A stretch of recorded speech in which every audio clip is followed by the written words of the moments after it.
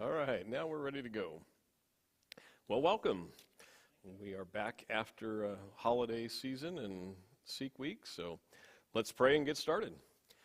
Heavenly Father, we want to magnify and glorify your name in every way, that you are the King of Kings and Lord of Lords. We want to just dedicate our hearts and minds to your presence in our study tonight, Lord God. Help us to know more and more about the truth and authority of your word and how you desire for us to grow closer to you in every way that we do. So I pray that we'd be led by the Spirit and we would be transformed by your word and magnify your name in our lives. In Jesus' name we pray. Amen. All right, so we are in our 23rd lesson, kind of rounding the corner, getting, I'll talk about that in just a second. We're getting not right to the end, but we're getting kind of to the near end, if you will, in terms of Paul's final journeys that are recorded in the book of Acts. So, I'm not going to do a full overview, but you remember from the book of Acts, it opens with the 11 remaining disciples, and they witness Jesus going up into heaven. There's Acts chapter 2 with Pentecost and the outpouring of the Spirit and building the church up from there. And then we see mostly Peter connected or paired with John for the most part in the earliest chapters of the book of Acts, 1 through 5 or 6. Saw Stephen entered in there. We saw Philip entered in there. And then we saw Peter getting a few sort of solo kinds of experiences there with like Cornelius and the outpouring of the Holy Spirit and the guarantee that the gospel is in fact for the Gentiles in Acts chapter 10.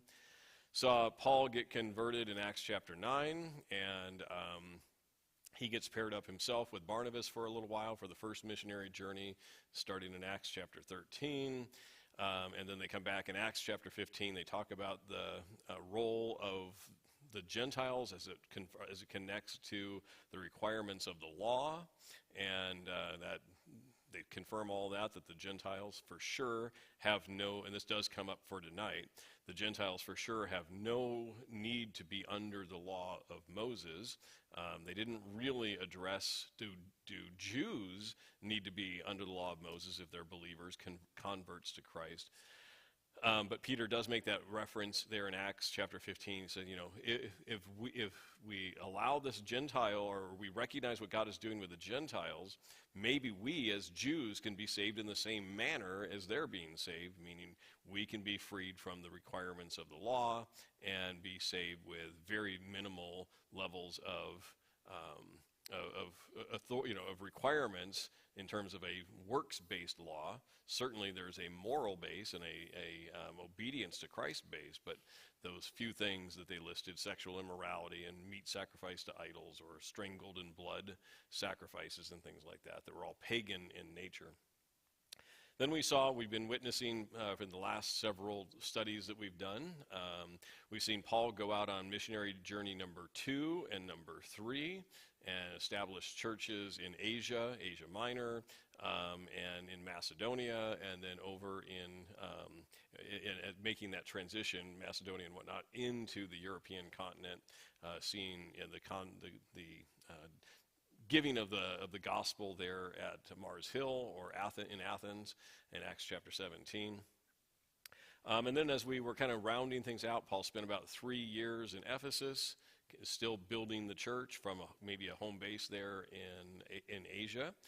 And then he had it on his heart, it says, by the Spirit to make his way back to Jerusalem for the feast of Passover again. And so he had a desire to go, and we recall, he had several different warnings. I think it was a total of 3 different groups or people warning him, you'll get arrested if you go to Jerusalem. And Paul, of course, says, why are you breaking my heart?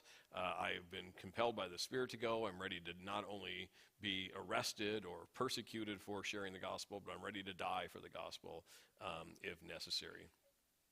And so we saw that he was making his way by ship and then by land, headed to the city of Jerusalem.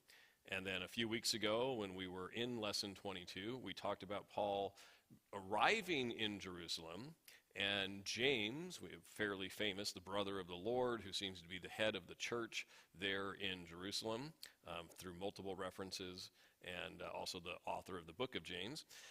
Encourage Paul. He said, first off, if you go to the city, there's people are going to be an outrage over just your mere presence. But he offered him this solution, if you will. Take these men, and Paul had already taken a vow, and then he kind of ended the vow, like a Nazirite vow, cut his hair and all of that. But take these men and go and through the purification rituals, demonstrate that you don't want to even be in Jerusalem. You certainly don't want to approach the temple without demonstrating in your heart that you're a man who honors the purity requirements of a Jew approaching the temple. So we last left off, he had kind of done that. He had gone through the rituals, he was being cleansed of all that, or just in ceremonially at least. And then now he's ready to go face the actual inhabitants and certainly the religious leaders in the city of Jerusalem. And that's kind of where we pick up there in Acts chapter 21. So if you don't mind, we'll turn in our notes and screens and wherever else to Acts chapter 21. Starting in verse 26. So it reminds us then that Paul took the men, these are the men that would help him with the purification, and the next day, having been purified with them, entered into the temple to announce the expiration of the days of purification, of his purification, at which time an offering should be made for each one of them. So again, going through this procedure for purification. Now, when the 7 days were almost ended, the Jews from Asia, that's where Paul had come from, seeing him in the temple, stirred up the whole crowd and laid hands on him, crying out, "Men of Israel, help! This is the man who teaches all men everywhere against the people, the law, and this place. And furthermore, he has brought Greeks into the temple and has defiled this holy place." For they had previously seen Trophimus, the Ephesian, with him in the city, whom they supposed that Paul had brought into the temple. And all the city was disturbed, and the people ran together, seized Paul, and dragged him out of the temple. And immediately the doors were shut. Now as they were seeking to kill him, news came to the commander of the garrison that all Jerusalem was in an uproar. And he immediately took soldiers and centurions and ran down to them. And when they saw the commander and the soldiers, they stopped beating Paul. Then the commander came near and took him and commanded him to be bound with 2 chains and asked he who he was and what is it he had done. And some among the multitude cried one thing and some another. So when he could not ascertain the truth because of the tumult, he commanded him to be taken into the barracks. And when he reached the stairs, he had to be carried by the soldiers because of the violence of the mob. For the multitude of the people followed after, crying out, "Away with him!" All right. So as you can see, Paul went through a 7-day purification process, mostly for the satisfaction of the citizens of the city and certainly the religious leaders of the city to say, "Hey, I'm Paul, and I purified myself. I have every right to be here." And you can see that it lasted moments, not hours, and certainly not more than a day in terms of Paul being accepted by the inhabitants of the city. So we're just kind of seeing being fulfilled exactly what the Holy Spirit had told Paul and others would happen. When you go to Jerusalem, you will not depart that city except in chains. And so Paul knew he'd be arrested. Paul and the other prophets that had come to Paul had told Paul, "You will be arrested. You will be persecuted by the people of the city." And it didn't take, again, it seemed to me more than a few minutes for all this to take place. All right, so as we look at this, Paul did accept, we see, so as connecting back to a few weeks ago, Paul accepted this advice from James, and so he went through the full purification process, the ritual that had been proposed.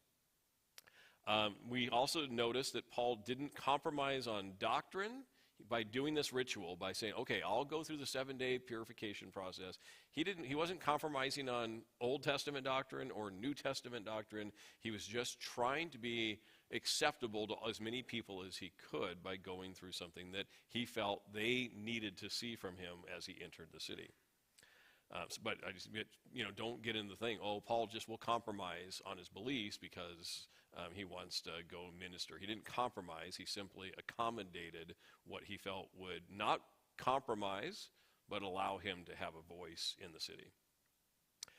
It was hoped, of course, by James and Paul and others that by completing this purification ritual, they would permit him to have kind of unchallenged access to the city, to the temple courts, and appease the anger of those that everybody in the city knew were against Paul because of his Christian faith. And more than his faith, his Christian evangelism into both Jew and Gentile world. So the ritual, as I said, was kind of masterminded by James. Obviously seems to have failed to give any kind of access to Paul that he had hoped to gain.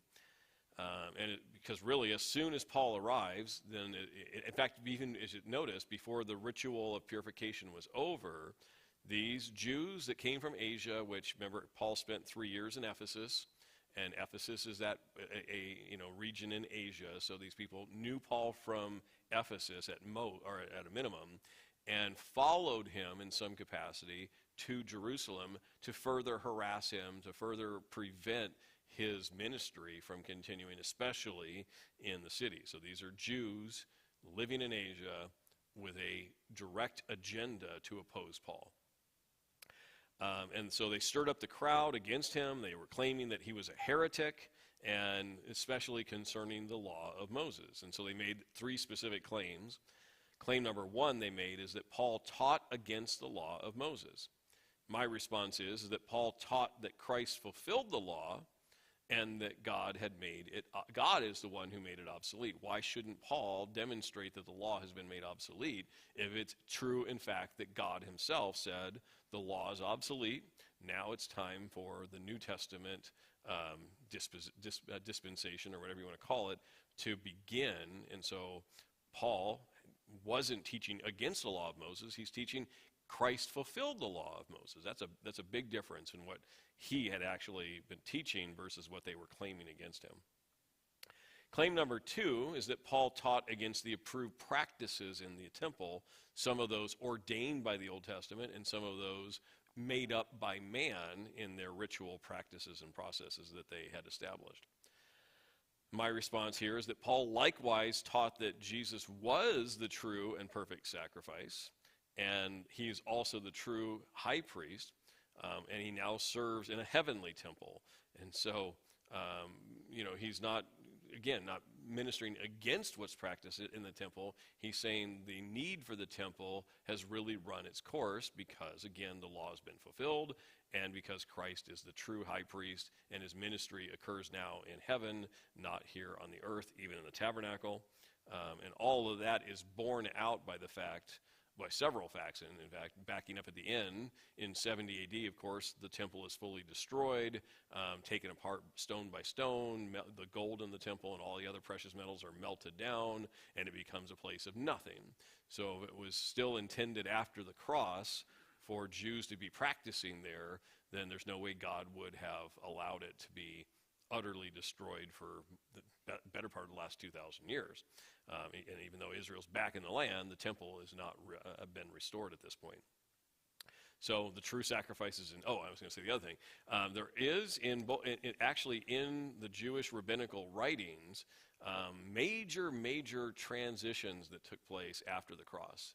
That would a couple of different ones that I can recall just off the top of my head. There's apparently recordings there that before, during the whole temple time from Solomon to, when it was in operation and ready to go after rebuilt under Zerubbabel and all that, they would close the temple doors at night. The priests would close the temple doors at night, and then they'd obviously go to their houses, come back in the morning, and apparently these doors are massive doors that take one or two or three, at least 2 or 3 people to close or open.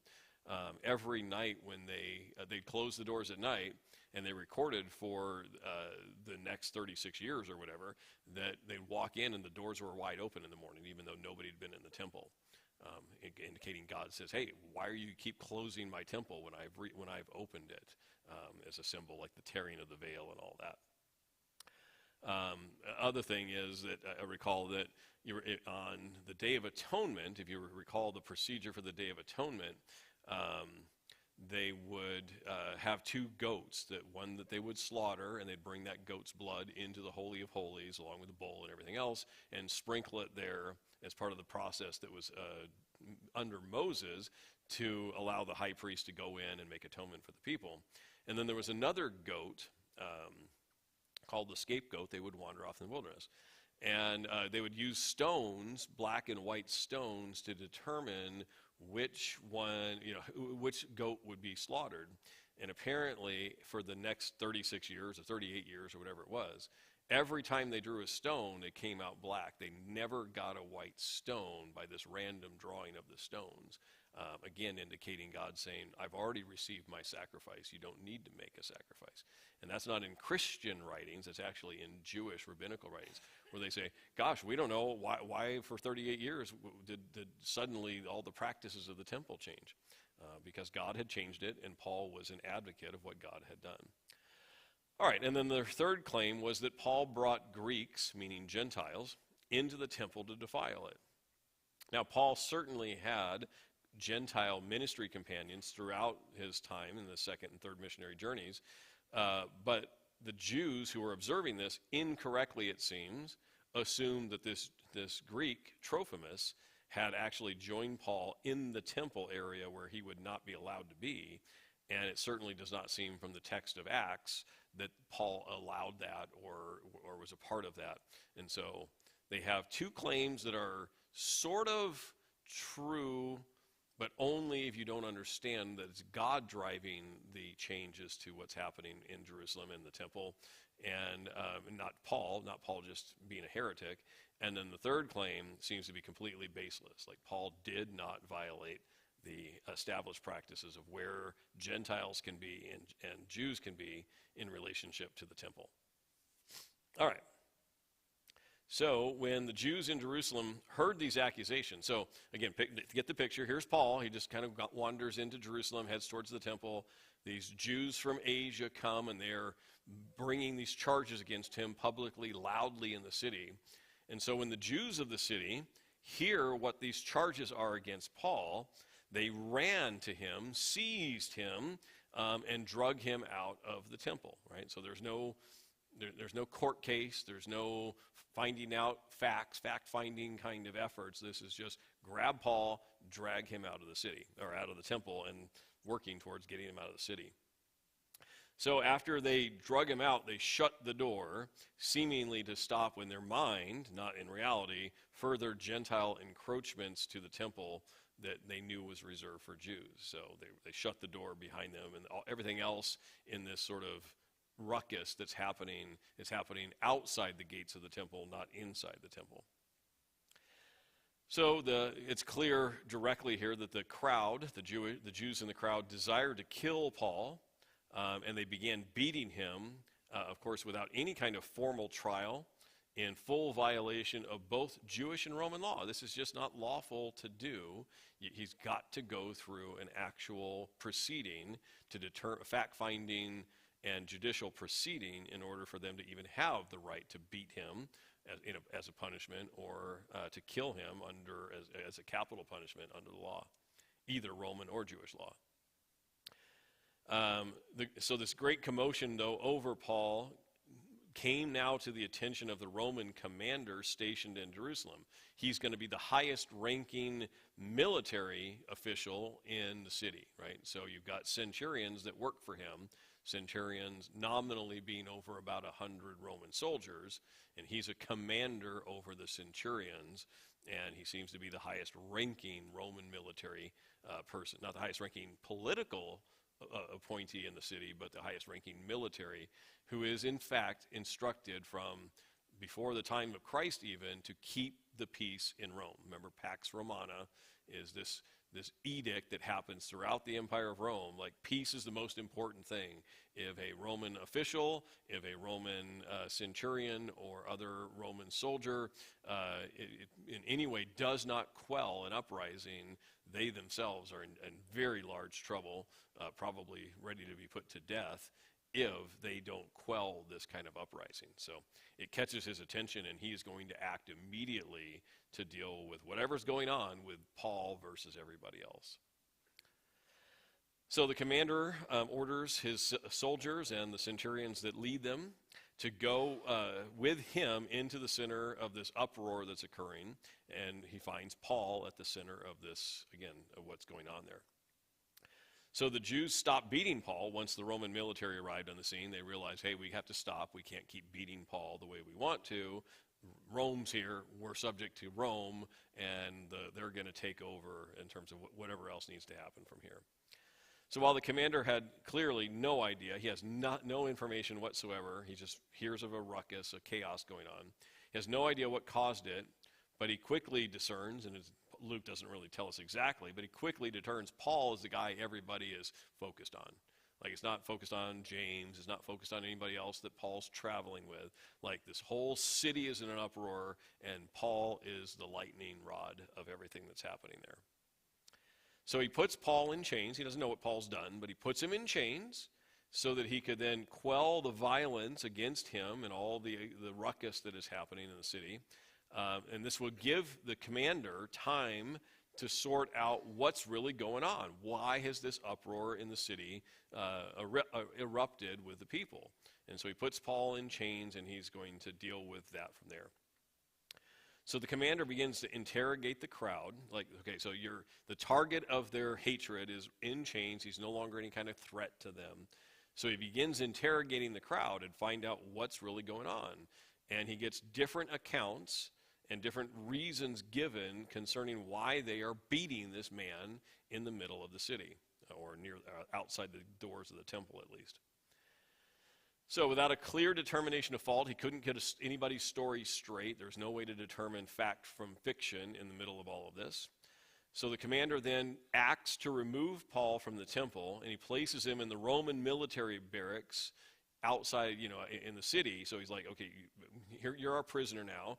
Take him to the military barracks, and it's going to really be for Paul's protection. Again, he doesn't know why the uproar has occurred, but he can't solve it with everybody giving different accounts of the events. So he takes Paul in chains back to the military barracks. However, the Jews, you can see here, were clearly still determined to kill Paul, and they were continuing to beat him as he was carried up the steps by these Roman soldiers. And they were crying out, "Away with him," meaning they're asking Rome, asking this commander to kill Paul. He doesn't need a trial. He does, he's guilty. We tell you he's guilty, just kill him. Away with him. That they're not saying arrest him. They're saying we want him to cease to exist. And so that's where that part ends. So Paul spends moments, it seems to me, in the city.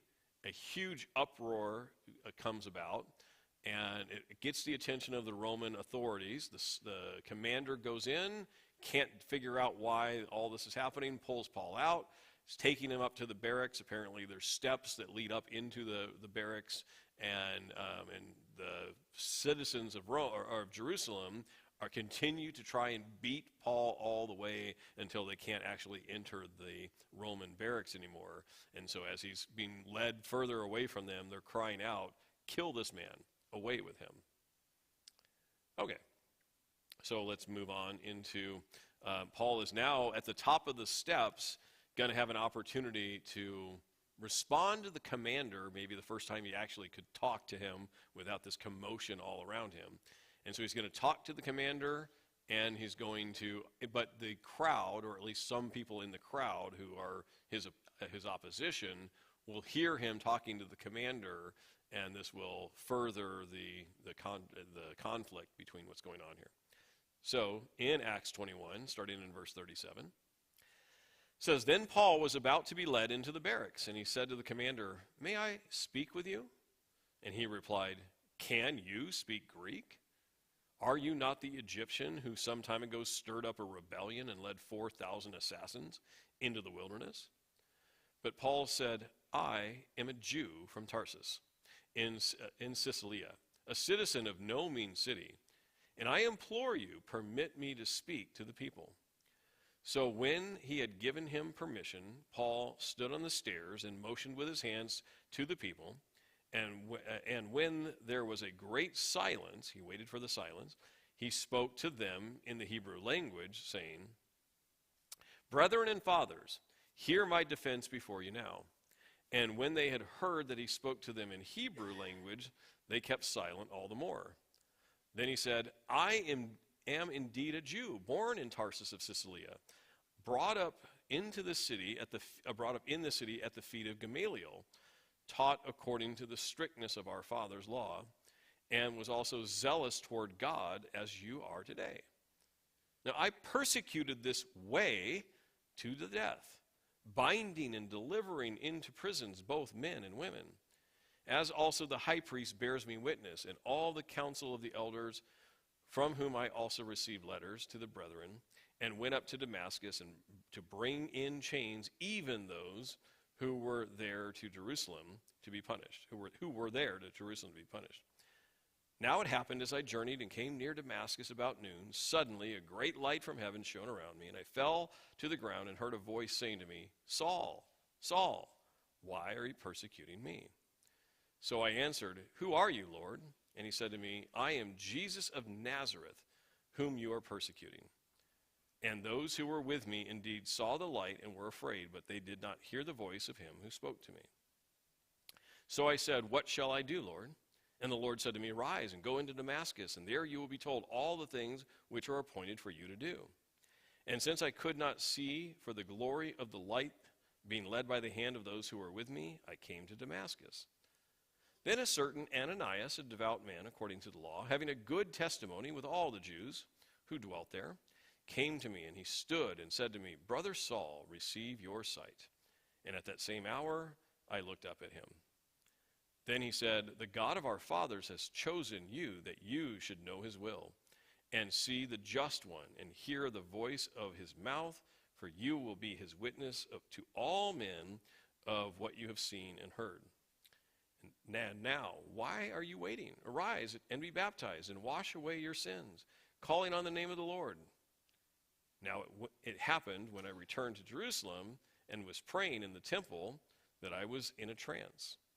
And I saw him saying to me, Make haste to get out of Jerusalem quickly, for they will not receive your testimony concerning me. So I said, Lord, they know that in every synagogue I imprisoned and beat those who believed on you. And when the blood of your martyr Stephen was shed, I also was standing by consenting to his death, and guarding the clothes of those who were killing him. Then he said to me, Depart, for I will send you far from here to the Gentiles. And they listened to him until this word, and then they raised their voices and said, Away with such a fellow from the earth, for he is not fit to live. Then as they cried out and tore their clothes and threw dust into the air. All right. So Paul, that's whole account. Paul's giving his whole conversion and basically the 3 missionary journey, things that he's gone on to bring him back here to Jerusalem. So Paul is asks himself to speak directly with this Roman commander who's kind of confused. Who are you?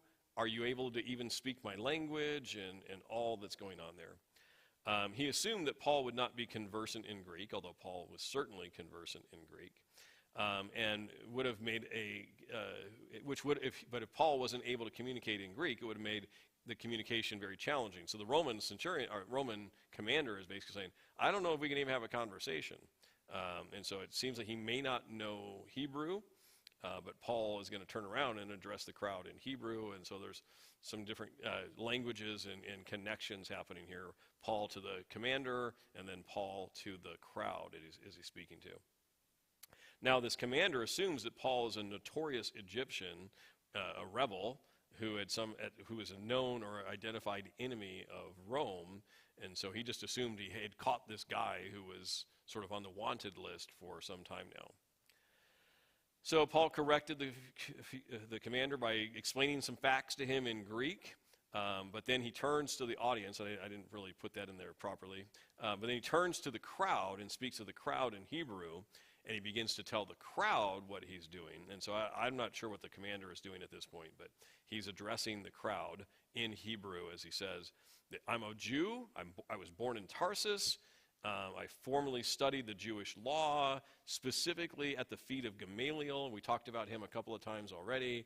Gamaliel, one of the most respected Jewish scholars in the first century. And so Paul was well trained and educated in the Jewish law. And he was taught to observe Israel's strict law, including their traditions, not just the law of Moses, but all of the traditions of the Pharisees and the high priest and all that was going on there. So he begins to give him this information. The crowd is very quiet at this time. They are hearing things, and they're not necessarily immediately responding with anger towards what Paul is saying until the very end. We'll see that. He communicates that his conduct has always been reflected in a passion, in a zeal for God, both before and after Christ. So before Christ, he had a zeal to stop the Christian movement called the Way. And after he comes to Christ, he has this zeal to convert as many people, Jew and Gentile, to the Way, to become a Christian, right? So I'm zealous for God. One thing you can never say that Paul was not zealous for God. He just happened to have a zeal that was misplaced until the road to Damascus event.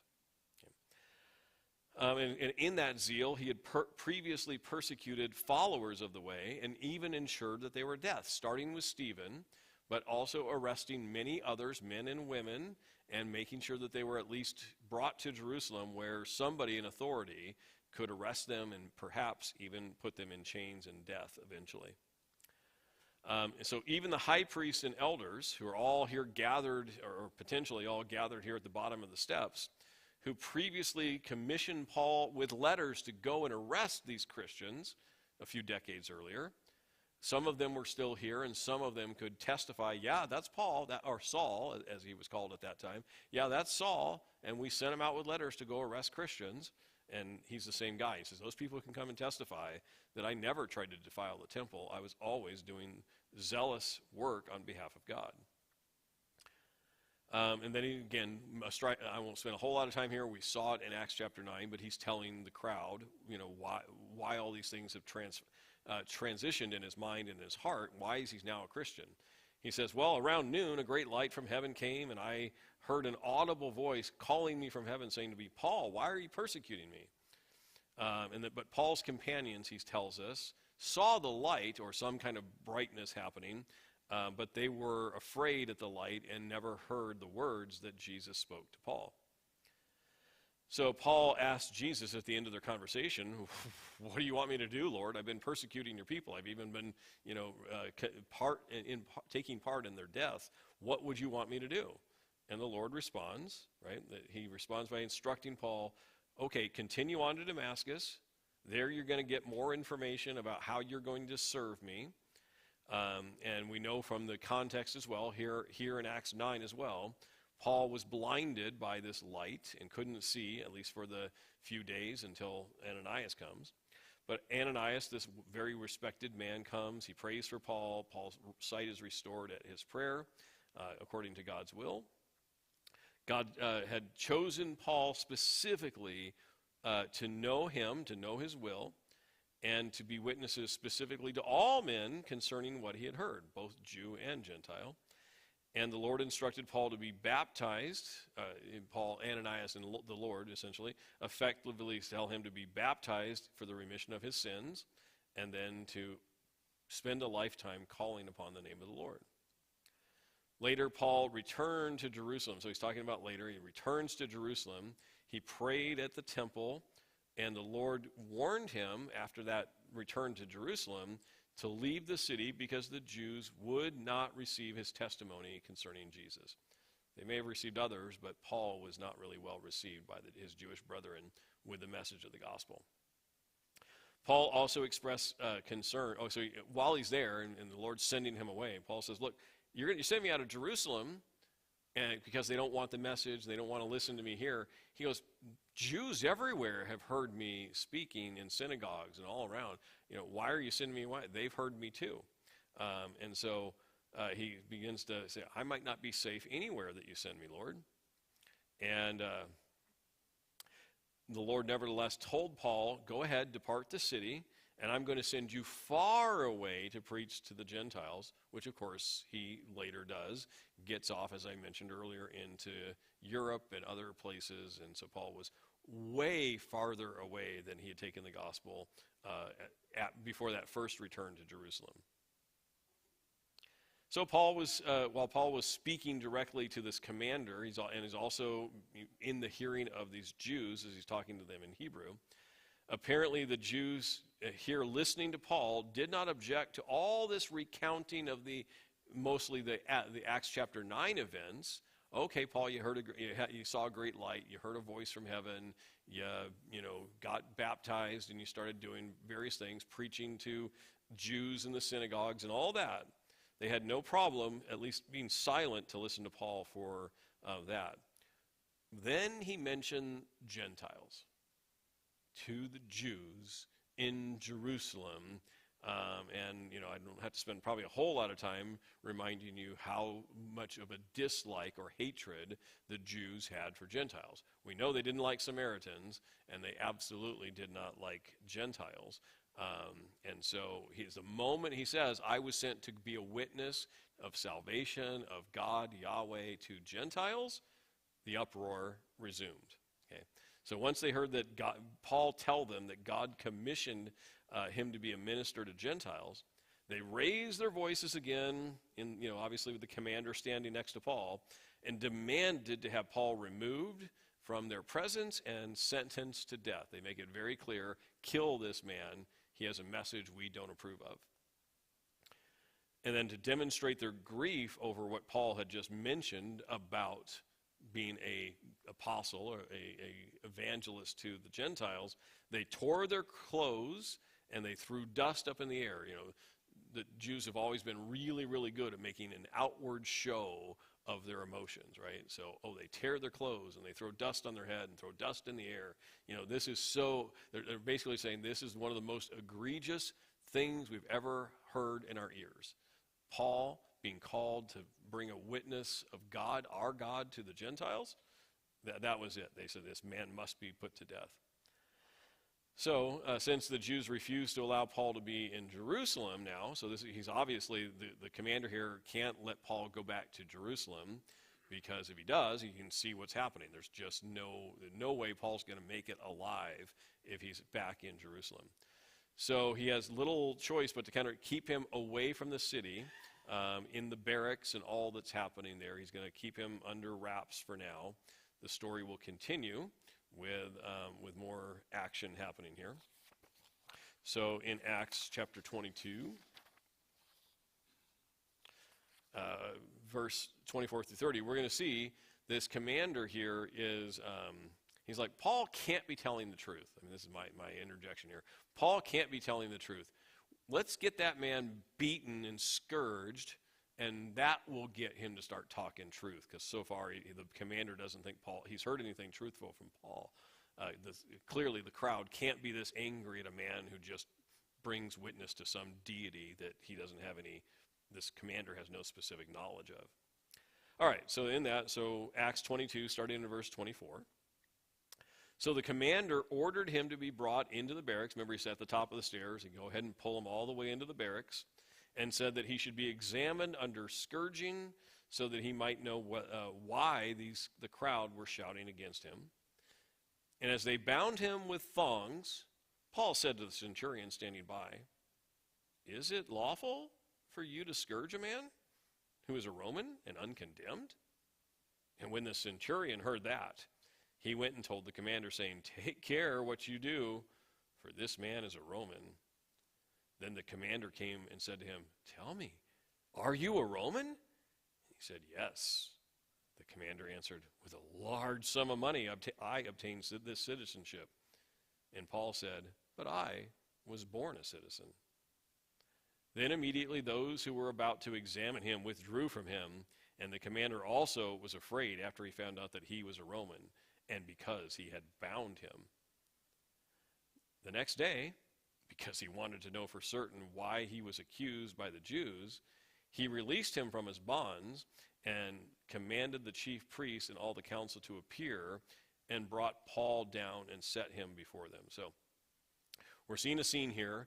You can just sense in the text there, every Roman soldier, upon hearing Paul's a Roman citizen, is suddenly afraid they've crossed a line that's going to cost them dearly, right?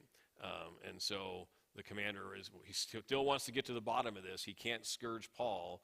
So here we see at the end, he's going to call for the leaders of Israel to come back, and he's going to try and find out what is going on with this crowd and this man.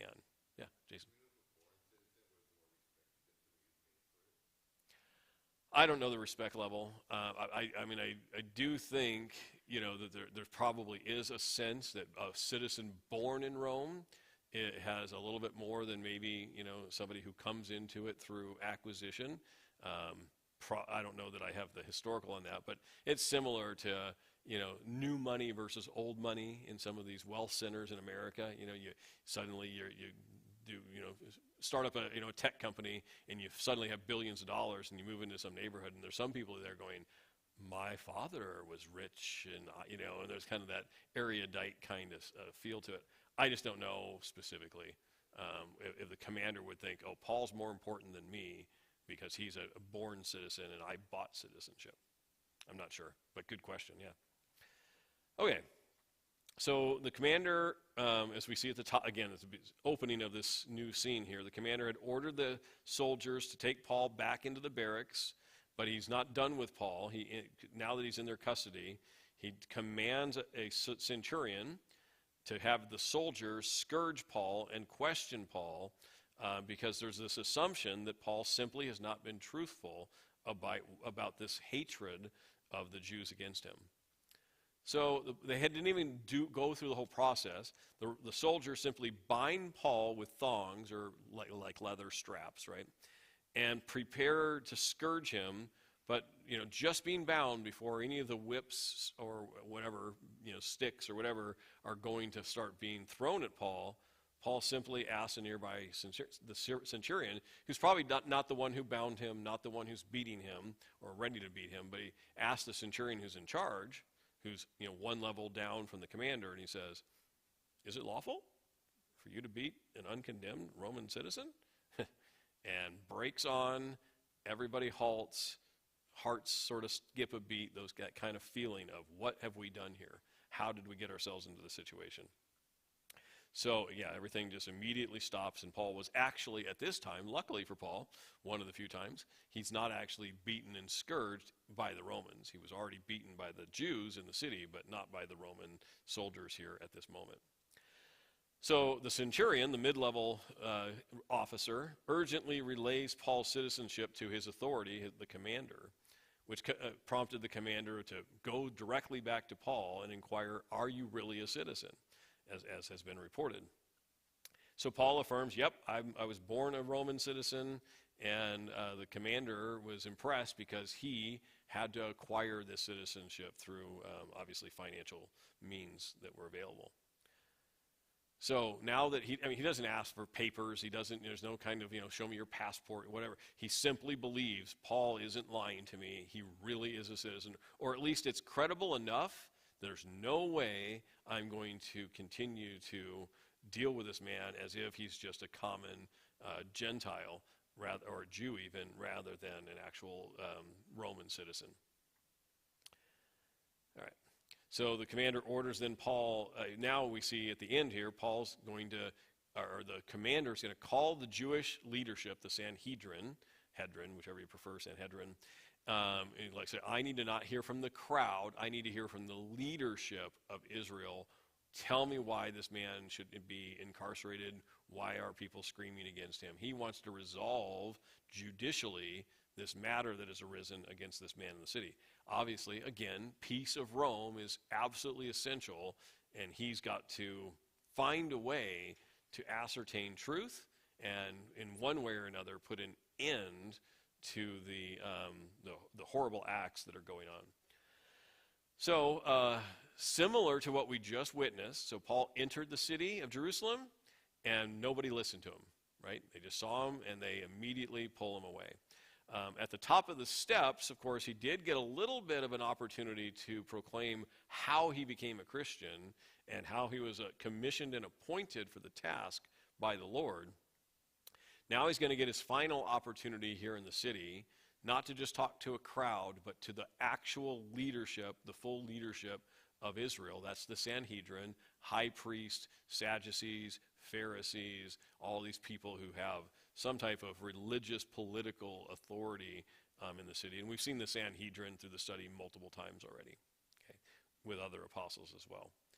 Okay, so in chapter 23, verse 1, let's take a look at now this interaction with Paul and the Sanhedrin, which, as I said, is a pretty short encounter overall. So then Paul, looking earnestly at the council, said, "Men and brethren, I have lived in all good conscience before God until this day." That's all he said. Okay, it's his opening remark, opening statements of a courtroom drama or whatever else. He's not even gotten started with the thing, and he's had, an opportunity to speak one sentence basically in English here. And the high priest Ananias commanded those who stood by him to strike him on the mouth. Then Paul said to him, "God will strike you, you whitewashed wall. For you sit to judge me according to the law, and do you command me to be struck contrary to the law?" And those who stood by said, "Do you revile God's high priest?" And Paul said, "I did not know, brethren, that he was the high priest. For it is written, you shall not speak evil of a ruler of your people." But when Paul perceived that one part were Sadducees and the other were Pharisees, he cried out in the council, "Men and brethren, I am a Pharisee, the son of a Pharisee. Concerning the hope and the resurrection of the dead, I am being judged." And when he had said this, a dissension arose between the Pharisees and the Sadducees, and the assembly was divided. For the Sadducees say that there is no resurrection, and no angel or spirit. But the Pharisees confess both. Then there arose a loud outcry, and the scribes of the Pharisees party arose and protested, saying, "We find no evil in this man, but if a spirit or an angel has spoken to him, let us not fight against God." And now when there arose a great dissension, the commander, this is the dissension with the Sadducees, fearing that lest Paul might be pulled to pieces by them, commanded the soldiers to go down and to take him by force from among them and to bring him into the barracks once again. All right, so here's the thing. As you know, that's pretty short. Paul is brought by the commander. Let's go to the ruling authority in Israel, in Jerusalem. Let's sort this thing out. Paul makes an opening statement, that he has no guilt whatsoever as to what God has asked him to do. He's done it. He feels no reason to be, apologetic. I'm doing what God has told me to do. Brings an uproar, gets struck on the cheek, and that whole thing goes on. And then and he realizes, well, as we'll see here, but he realizes, look, I'm getting nowhere. This crowd won't listen to another word I say. So he pulls the pin, throws the hand grenade in the middle of the crowd and says, "Resurrection," and then backs away and lets the chaos ensue that has nothing to do with him anymore. All right, so that's the basics of what we're going to look at. So when given this new opportunity to address the real Jewish leadership, Paul looked at the men with what I say was a really bold confidence. I am right. I have nothing to apologize for. I'm right with God. And anyone who's opposing me is opposing God. I mean, that's his basic statement to them. I am right in the will of God. If you're opposing me, you're opposing God. Okay, and that's essentially what the Pharisees come back and say towards the end. So in this opening statement, he declared that he had lived in a good conscience, with a good conscience before God. Again, nothing to apologize for here after his conversion. And Paul further claimed that God would not condemn his faith or his conduct in what he's done. Therefore, these men who are supposed to be under God's authority, under Yahweh's authority, should not be condemned. He should not be condemned by them because they were supposed to be under the same authority. They're both supposed to be serving God. So this opening statement, as you saw, was cut off. The Sanhedrin refused to listen to him or accept any of his claims from a theological perspective. And then Ananias, the high priest at the time, ordered whoever was standing by to strike Paul on the mouth. I don't know if it's a closed fist or an open slap or whatever, but to strike this man on the mouth because he had dared to say, I have nothing to be ashamed of before my conduct before God. So he gets struck in the mouth, and Paul responds, this is illegal. Hey, Sanhedrin, you just struck me against the law. You're trying to judge me whether or not I violated the law, and you just violated the law in the middle of the court proceeding, right? This is what he's saying to them. So he, and then in conclusion of that statement, he calls them whitewashed walls, which you may not, know the reference there. Whitewashed walls would be like putting a fresh coat of paint on something that's really dilapidated and broken down, barely able to stand up, but you go out and you put a whitewash on it and make it look just a little bit better, right? He's saying you guys are whitewashed walls. Your whole system and belief and your conduct before the Lord is reprehensible, but you put on nice clothes and you stand there and make everybody think, oh, those are men of God. You're just whitewashed walls, right? The inside is all broken. The outside looks just a little bit better than if you hadn't put the whitewash on. Okay? But he says, but God knows your heart. God's going to expose your heart, and he will judge the evil conduct that's in your heart. So I believe Paul correctly charged this Sanhedrin had committed an illegal act because they were sitting in judgment of him, while themselves transgressing the very law they were demanding be upheld by Paul. So that's not a very good way of running a courtroom, violating the law that you're supposed to be adjudicating, right? So in response, the council charged Paul, so they didn't listen to Paul, but they respond immediately back and say, Paul, why are you speaking reviling words against the high priest? And we know from Deuteronomy as well as from Jude that all people like a high priest, a dignitary, were to be honored. This is just what it says in Exodus 22:28. You shall not revile God, nor curse a ruler of your people. It's not like connecting. If you have a king, if you have a high priest, you have these people who are in charge. As a common, ordinary citizen, you have no right to let God deal with his leaders.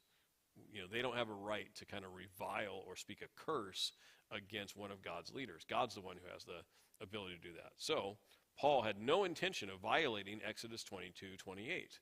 As I said, that's even reaffirmed in the New Testament by Jude.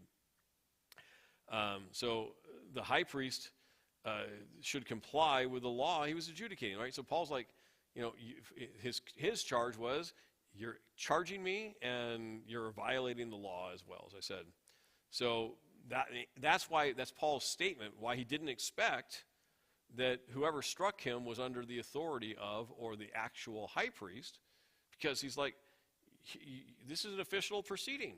You brought me in here for an official proceeding. This should be done according to the law. And so why would I assume that I was struck by an official of the city, an official who has authority over this illegal proceeding? And so he's like, well, how would I know that? So he had presumed that someone else had struck him in contrary to the letter of the law, assuming that it would never have come from the high priest. So he says, look, Paul does tell them directly, I would never have struck or spoken an evil word against the high priest. Right? He's not going to charge him with a crime, not going to curse him. And so that brings up the question here, I think, why can't Paul perceive who the high priest is as this proceeding is unfolding? Well, Ananias, not Annas, remember from in the Gospels, there was Annas and Caiaphas who were the high priest, father-in-law, and the priest and all that. This is Ananias. This is a different guy from the gospel time period, from the cross time period.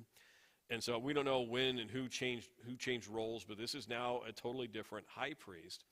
And so this Ananias high priest was not, perhaps, I'm just speculating here, was not wearing his priestly attire which he should have been wearing if he's doing this official adjudicating of law in Israel.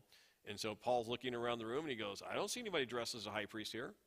How do I know that this man is the high priest, right? So he's giving a valid reason. And of course, by the way, if Ananias wasn't in his priestly garb, he should never have been standing as a ruler over the people. He was required by the law to wear the garments that are associated with his position. So Paul's possibly saying, he's not wearing the right clothes. How would I know that he's the high priest? Secondarily, as I said, this man was serving now as high priest, probably has changed. You recall back in Acts chapter 8 and 9, Paul got letters from the high priest to go, as a member of the Sanhedrin, to go out and persecute the church. And so he probably knew who the high priest was, probably knew by face, and so he doesn't see the same guy there. He has no idea that the high priest position has changed, or if he has aware of it's changed, he doesn't know what the guy looks like. And again, if he's not wearing the priestly garb, well, then Paul wouldn't know. Lastly, it seems also very probable with other things we've discussed here about Paul, his eyesight may have been poor. Remember, he had that blinding light on the road to Damascus. Later on in Galatians, twice he seems to refer to having poor eyes. He tells the Galatians, you would have plucked out your own eyes and given them to me.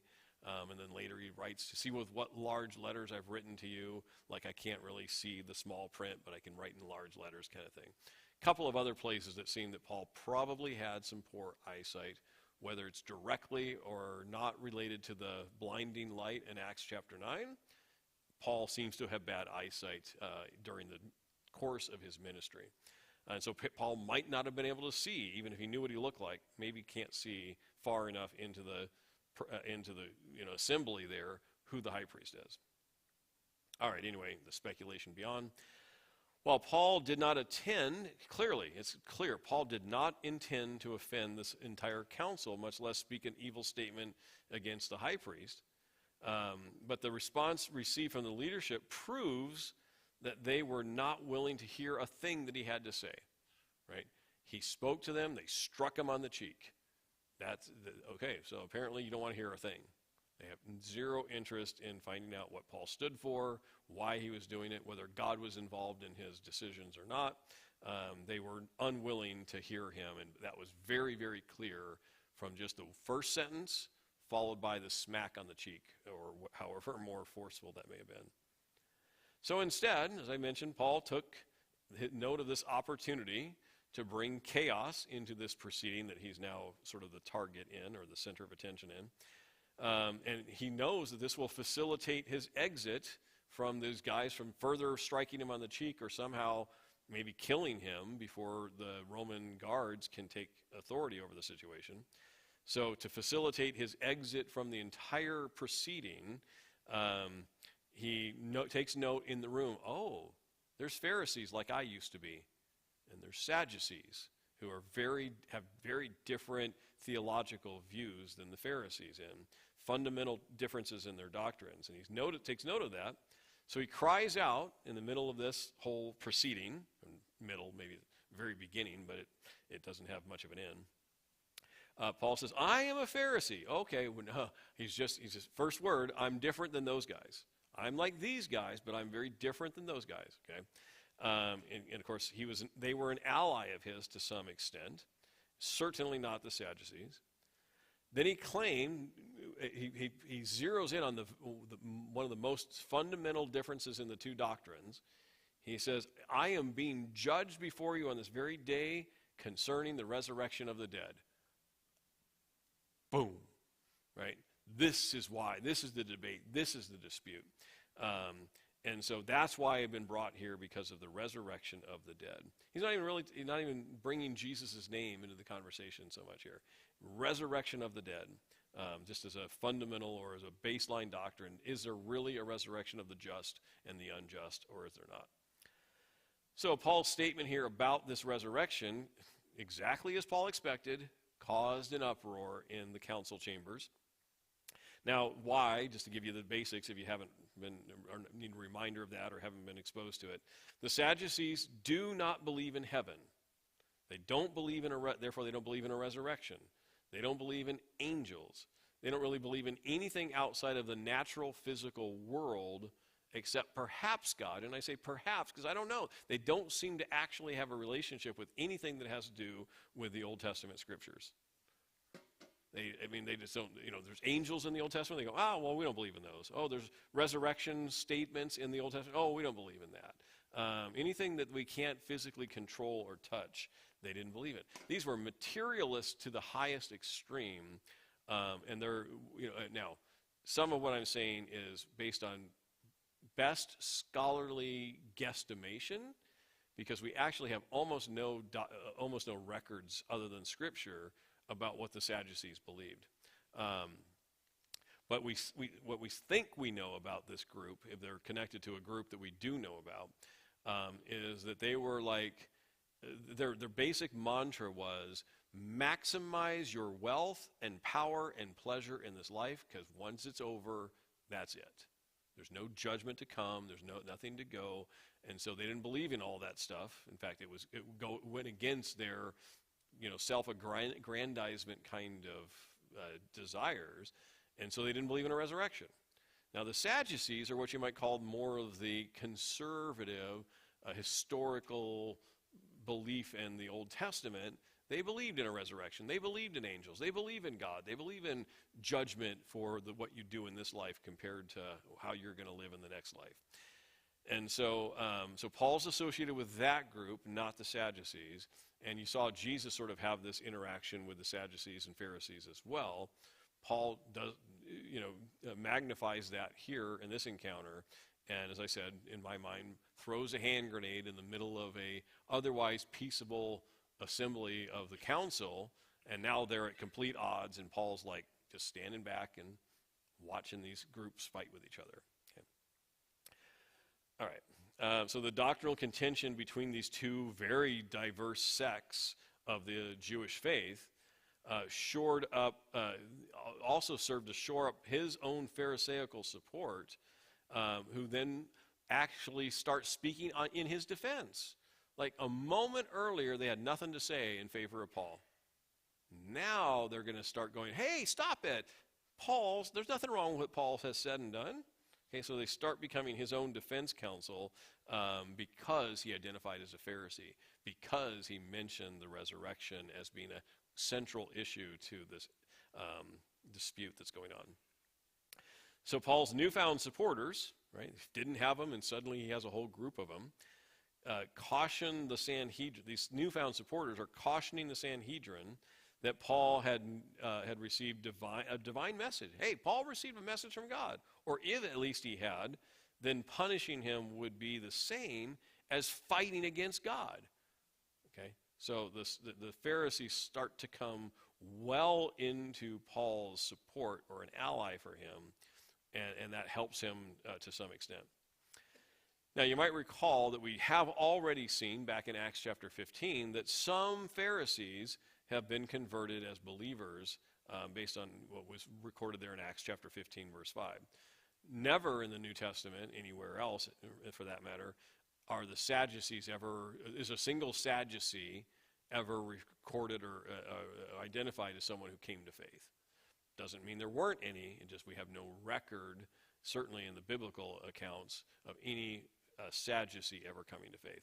But some Pharisees had come to faith, and starting to perhaps get even more to openly consider the Christian doctrine here in the midst of, some people might think was Paul's worst day ever, in terms of like he goes to Jerusalem, he wants to share the gospel with the Jewish brethren, he wants to get some level of conversion occurring here, and he gets nothing. He gets a couple of sentences out, and uproars occur. But he may have made some new allies in the Pharisees, even if they didn't confess Christ and get baptized in all of that here on the spot. He may have ginned up some support in the Pharisaical community by at least identifying resurrection is part of the Christian faith in addition to the Pharisaical views. They're connected and they're compatible. So, let's see, did I get all that? Oh, yeah. So, the Roman commander most likely did not understand Paul's words, right? Paul's speaking here in Hebrew again. And it caused such a commotion, but he understands that whatever Paul said caused such a commotion that he again fears that Paul would be killed. He'd be torn apart by these warring factions now between the Sadducees and Pharisees. So the commander's like looking at this crowd, seemingly doesn't know Hebrew enough to be able to understand who threw the hand grenade in the middle of this crowd, and why are they, at such division again? I thought it was all against Paul, but he realizes Paul is obviously the one who is, the lightning rod of all this commotion. So he grabs Paul to pull him back out of the midst of all of this assembly. So he commands his soldiers to take Paul by force from the hands of the Jews and to have him brought back again into the barracks, but again, mostly for his protection, not for incarceration per se. And this time he's not going to be binding him and scourging him to try and get new information out of him. Okay. So we've seen all that. That kind of ends the ability of the commander to deal with the situation. Now his only objective seems to be making sure Paul doesn't die at the hands of the mob, which would be an illegal act that he himself is responsible for ensuring shouldn't happen. So then starting in verse 11, we're going to see this plot is going to unfold to kill Paul, and a response that has to do with all that. So let me read verse 23, verse 11. Okay. So Paul's back in the barracks. He's not really under arrest. He's not really in trouble with the Roman centurion, but he is obviously still hated greatly by the vast majority of the Jews in the city. So, but the following night, so he's now been in the barracks waiting for something new to happen. The following night, the Lord stood by Paul, and said, "Be of good cheer, Paul. For as you have testified for me in Jerusalem," pretty short little testimony, but "as you've testified for me in Jerusalem, so you must also bear witness for me in Rome." And when it was day, some of the Jews banded together and bound themselves under an oath, saying that they would neither eat nor drink till they had killed Paul. Now, there were more than 40 who had formed this conspiracy. They came to the chief priests and the elders and said, "We have bound ourselves under a great oath that we will eat nothing until we have killed Paul. Now you, therefore, together with the council, suggest to the commander that he be brought down to you tomorrow, as though you were going to make a further inquiry concerning him, but we are ready to kill him before he comes near." So when Paul's sister's son heard of the ambush, he went and entered the barracks and told Paul. Then Paul called one of the centurions to him and said, "Take this young man to the commander, for he has something to tell him." So he took him and brought him to the commander and said, "Paul the prisoner called me to him and asked me to bring this young man to you. He has something to say to you." Then the commander took him by the hand, went aside, and asked him privately, "What is it that you have to tell me?" And he said, "The Jews have agreed to ask that you bring Paul down to the council tomorrow, as though they were going to inquire more fully about him. But do not yield to them, for more than 40 of them lie in wait for him, men who have bound themselves by an oath that they will neither eat nor drink till they have killed him, and now they are ready, waiting for the promise from you."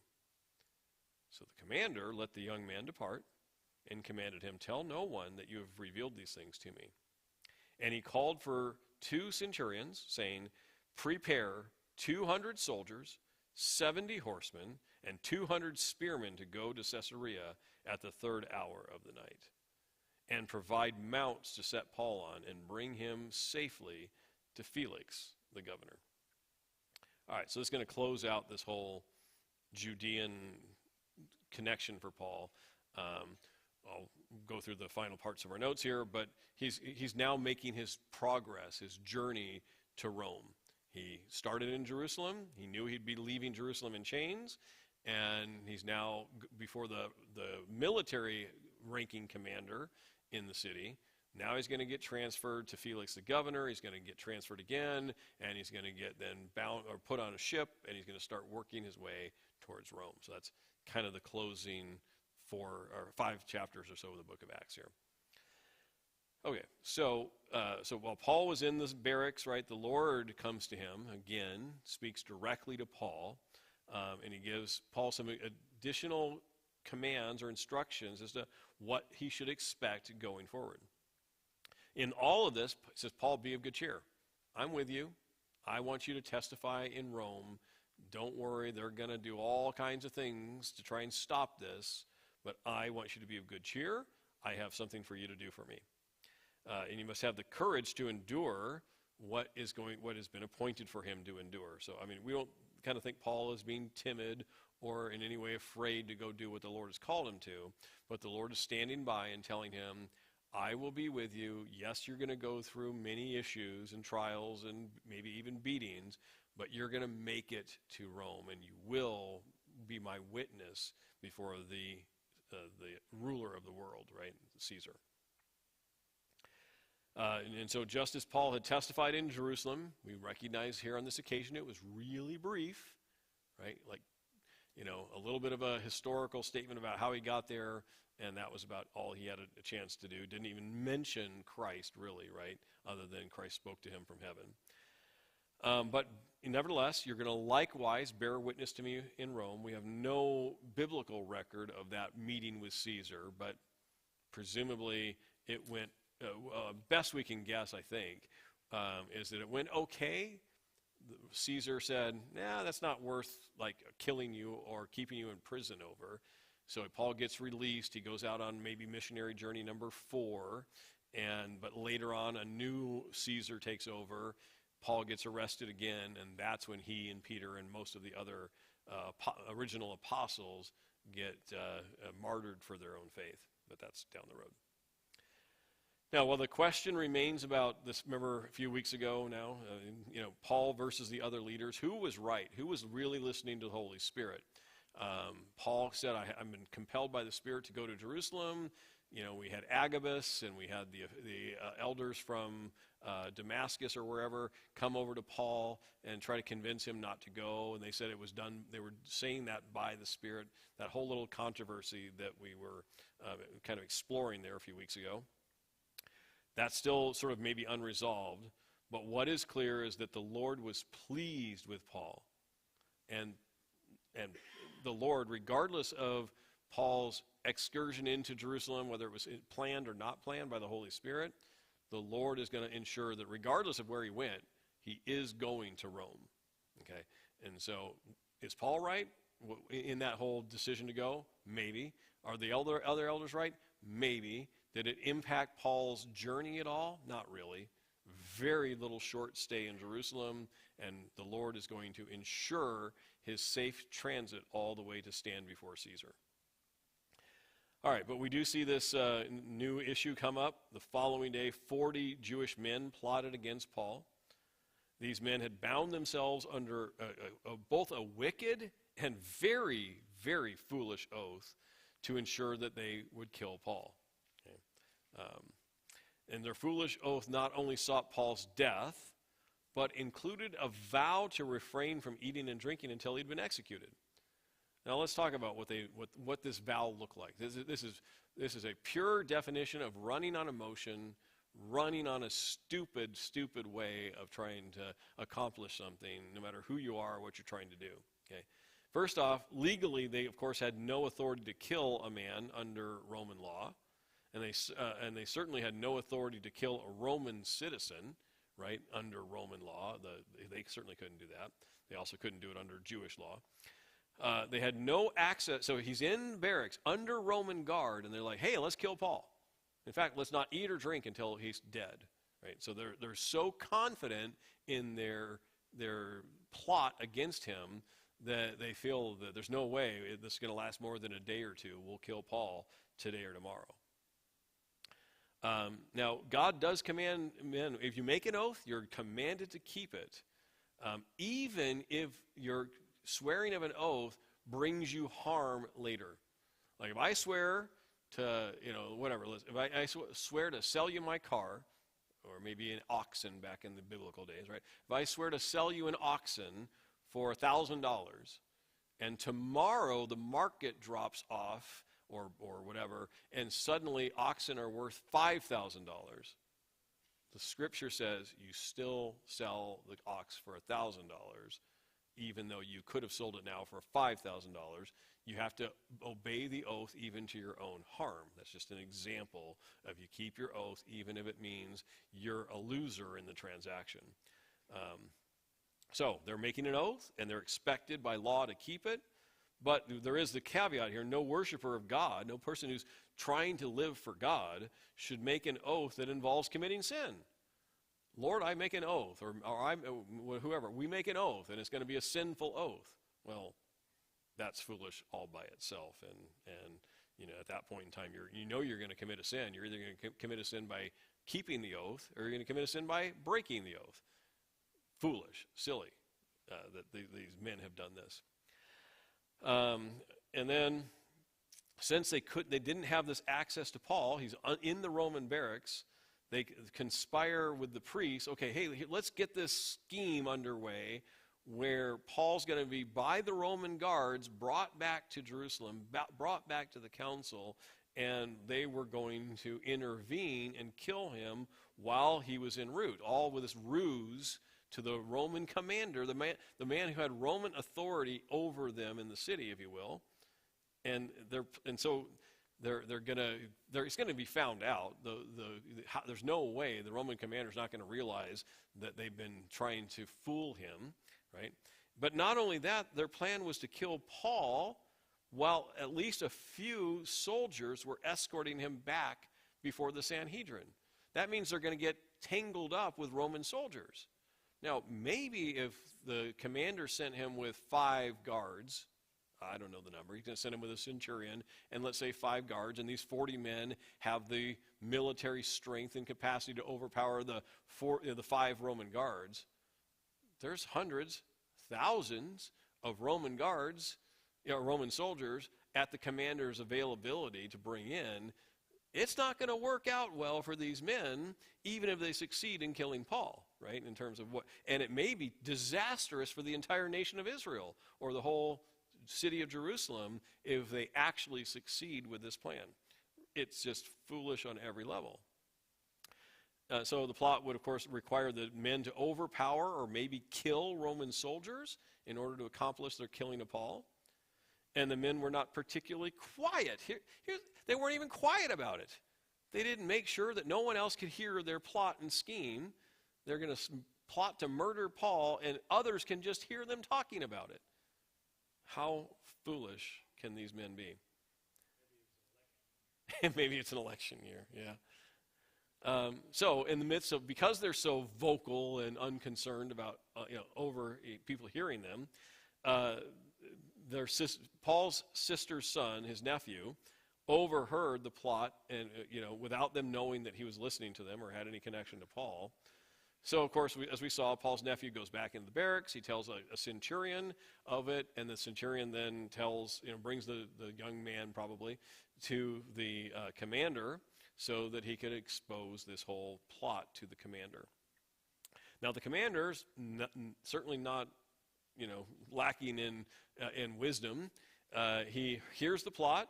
He knows it's going to be disastrous both for the city and for Rome if anything like this actually takes place. So he instructs the young man, no, you're fine, go home, but tell no one that you told me. Make sure it's still completely secret. And then he now devises his own plan to evacuate Paul entirely from the city and out from under the men who have plotted against him. So he gives orders to ensure that these 40 men will absolutely not succeed in their plot or their scheme. He has 200 soldiers, 70 horsemen, cavalry members, and 200 spearmen, all to protect Paul and not take him into the city of Jerusalem, but take him out to the governor. Okay, so the commander is very wisely fixing the problem that's been exposed by Paul's nephew. And the commander understood that this issue was beyond his ability to resolve. The last thing I'll say here is he realized, I can't solve this conflict between Paul and the Jewish people, Paul and the Sanhedrin. He's like, I'm just maybe a high-ranking military official, but I can't solve this. I can't even figure out who's right, who's wrong. I don't know Jewish law. I've done all I can do. So he's going to himself wash his hands of trying to fix the problem with Paul and the Jews, and he's going to let Felix, the governor, deal with it instead. Right? But he's going to make sure that Paul safely arrives before Felix, and then Felix can do whatever Felix is going to do. We'll look at that next week. But he doesn't want to risk any kind of uproar in the city, and he certainly has to ensure Paul's own safety, again, as a Roman citizen, above and beyond all other things. And so the governor, he expects the governor, Felix, will make the ultimate decision about Paul's guilt or innocence and how to handle that in relationship to the Jews' hatred of the man. And you'll note that Luke gives us no information, and maybe Luke didn't have any information about the 40 men who took a vow to kill Paul and didn't succeed. Did they break their vow? Did they die of hunger, starvation, or who knows what? You get to guess. Either way, you can see how foolish, again, their vow was. And if nothing else, they made themselves, they made themselves a very bad reputation. They clearly sinned. And maybe these 40 men died if they were actually that committed to their vow. Maybe they followed Paul for 3 or 4 days, and they got weak and famished and perished along the way somewhere. I have no idea, but I can tell you their vow was foolish, and they may have paid the ultimate price for making such a hasty and illegal attempt to kill Paul.